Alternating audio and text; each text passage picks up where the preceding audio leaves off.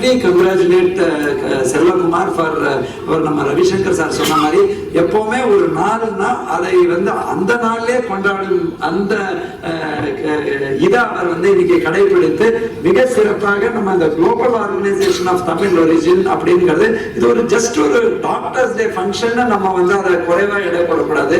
அவர் internationally நம்மளோட இந்திய ரொம்ப சிம்பிள் ஸ்டாட்டிஸ்டிக்ஸ் சொல்றாங்க. தமிழ்நாட்டில் மட்டும் 1.1 lakh டாக்டர்ஸ் இருந்தார்.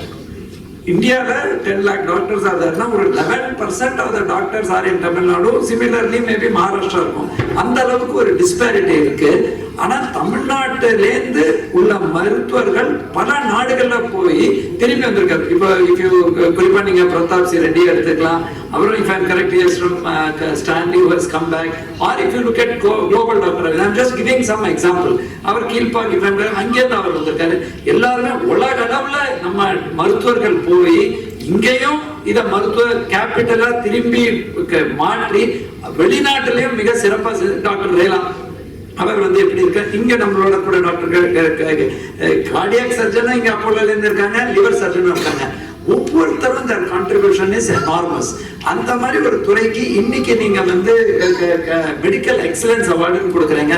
அரசாங்கம் இந்த particular day I think 91 they started, even though Dr. B.C. Roy has several awards named after him, being an ex chief minister of West Bengal and all, but அவரோட பிறந்தது இறந்தது ரெண்டுமே இந்த நாள்.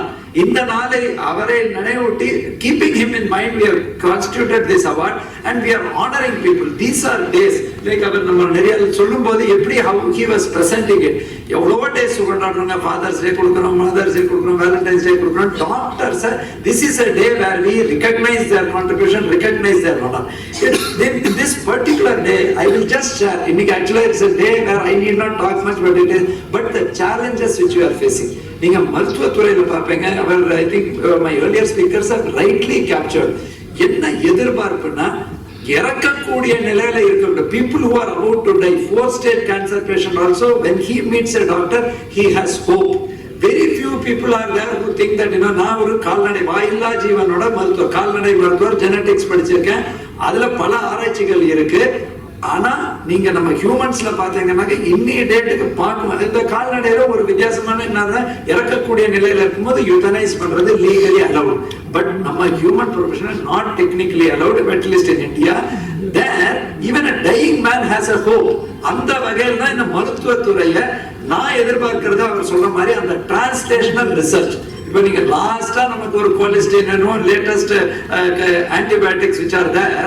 Now the challenges in front of us are how you would go for a translation. Alzheimer's disease எடுத்துக்கங்க, இல்லையா dementia எடுத்துக்கங்க, இல்லையா ஸ்ட்ரோக் எடுத்துக்கங்க. எல்லாரும் கேட்பாங்க சார் ஸ்டெம் செல் சென்டர்னு சொல்றாங்க ஸ்டான்லி மெடிக்கல் காலேஜ்ல, ஏதாவது அதை பண்ணா எனக்கு குணமாயிடுமா அப்படின்னு அந்த அளவுக்கு எதிர்பார்ப்பு நம்ம மருத்துவத்துறை மேல இருக்கு. அந்த வகையில தான் இந்த மாதிரி நாள்கள்ல our request has to be that this entire medical community has to realize the hopes the nation has on them.